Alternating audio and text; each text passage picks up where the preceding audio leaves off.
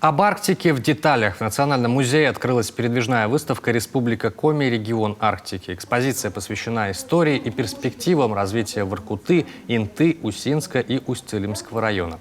В экспозиции фотоработы и информационные баннеры. На каждом в подробностях об истории арктических районов, их культуре, промышленном и, что важно, туристическом потенциале.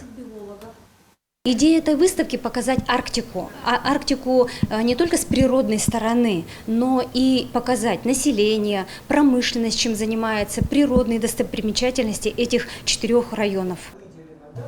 Важная часть выставки – образовательные лекции. Научные сотрудники рассказывают о перспективах развития арктического региона. Первой выступила Тамара Дмитриева, сотрудник Коми-научного центра. Она рассказала об особом климате, условиях жизни и труда. Это зона, где находится большая часть топливно-энергетических ресурсов страны, а также четверть тех, что еще даже не разведаны. Развитию и подъему арктических широт сегодня особое внимание. Согласно стратегии развития арктической зоны, особое внимание уделяется социальной сфере и транспортной доступности.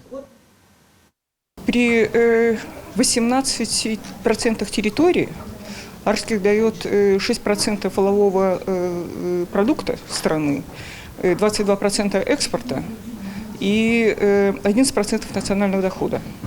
И, конечно, это при всем при том, что там живет 2,5 миллиона человек.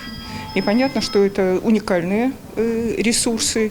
Но вот немножко настораживают эти 22%, да, экспорт. И сейчас все чаще и чаще говорят о том, что давайте перерабатывать здесь.